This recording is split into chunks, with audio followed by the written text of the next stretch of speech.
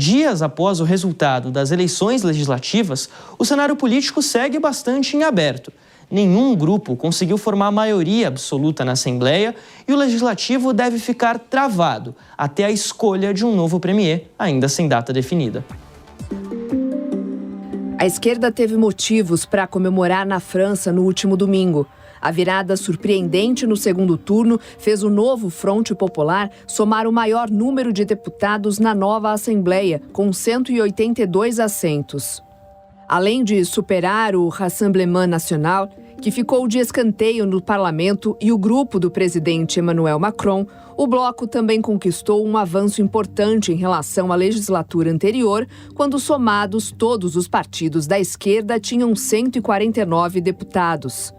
Mas apesar da vitória nas urnas, o número ainda ficou bem abaixo das 289 cadeiras necessárias para a maioria absoluta e, consequentemente, a possibilidade de indicar um primeiro-ministro.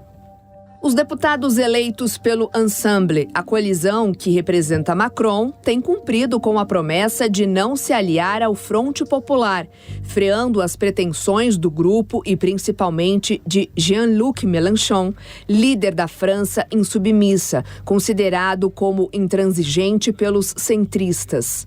Um nome que vem ganhando força é do ex-presidente François Hollande, do Partido Socialista. Conhecido pela interlocução, Hollande sofre resistência interna pelo histórico como chefe do executivo quando convocou centristas e direitistas para integrar o governo. Um dia após o resultado das eleições, o atual primeiro-ministro Gabriel Attal apresentou uma carta de demissão para o presidente Emmanuel Macron. Mas o pedido foi rejeitado e o premier deve permanecer interinamente no cargo até que um novo nome seja definido. O silêncio de Macron só foi quebrado 3 dias depois, na quarta-feira, com uma carta aos eleitores e parlamentares.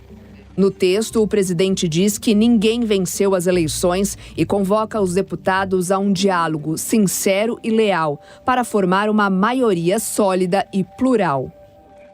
Macron até poderia indicar um primeiro-ministro de qualquer partido por conta própria, mas o indicado provavelmente seria alvo de uma moção de censura e acabaria deixando o cargo. Sem maioria absoluta, a Assembleia segue travada, sem poder votar os projetos de lei e debater os temas que interessam ao Executivo.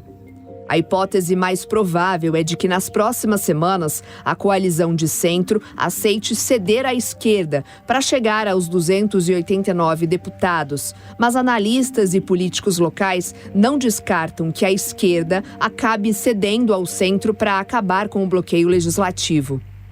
A possibilidade de um governo de minoria também é real, mesmo que pareça arriscada.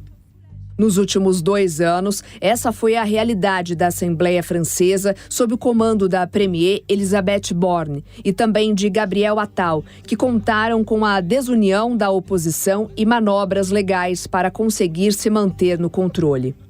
Sob pressão, Macron também pode convocar novas eleições legislativas daqui a um ano, mas a ação poderia deixar o seu próprio grupo ainda mais fragilizado, depois de perder quase 90 assentos na última disputa.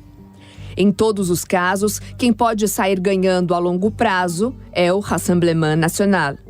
Apesar do resultado decepcionante do segundo turno, o partido da extrema-direita francesa aposta em realizar uma oposição ativa contra o governo Macron para fortalecer o discurso visando as eleições presidenciais de 2027. Tempo suficiente para novas reviravoltas em um cenário cada vez mais incerto.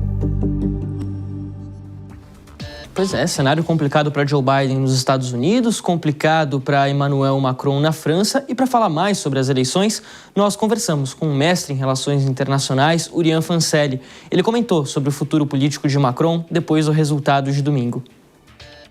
Uma vitória ou derrota do Macron depende bastante daquele ponto de vista que a gente analisa. Então, ele queria, ao dissolver o parlamento, barrar a ascensão daquela direita radical, ultranacionalista.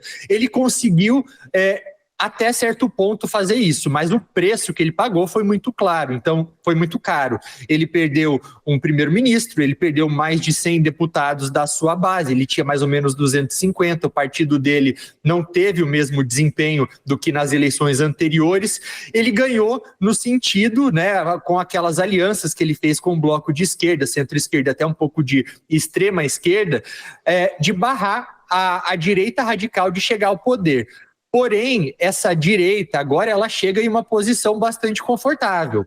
Por quê? Porque eles não vão fazer parte desse novo governo, eles vão ficar ali como o terceiro bloco mais forte, ao mesmo tempo em que talvez vão tirar um pouco de proveito da falta de governabilidade ou até mesmo da falta de consenso do Macron com esse bloco de esquerda, então vão ficar ali do lado de fora apontando para os erros e dizendo que poderiam fazer muito melhor. Em um momento no qual eles vão ter mais acesso também a mais fundos eleitorais. Então, é um partido que a partir de agora vai ter mais recursos também para se projetar para 2027, um partido que tem crescido desde que surgiu. Então, dá para falar que ele pode ter barrado essa direita radical agora, mas a curva desse partido continua em ascensão. A gente ainda falou com o Ian sobre qual é o cenário da nova Assembleia Francesa e o impacto que isso pode ter nas relações com o Brasil e o Mercosul. Nas eleições do Parlamento Europeu, o recado já foi dado. Então, é uma bancada francesa bastante com uma cara protecionista, que não vai facilitar a luta contra as mudanças climáticas, vai tentar proteger bastante o agro europeu, principalmente. Então, a gente pode colocar aí que uma possibilidade de acordo com o Mercosul está mais distante do que estava há um ano atrás.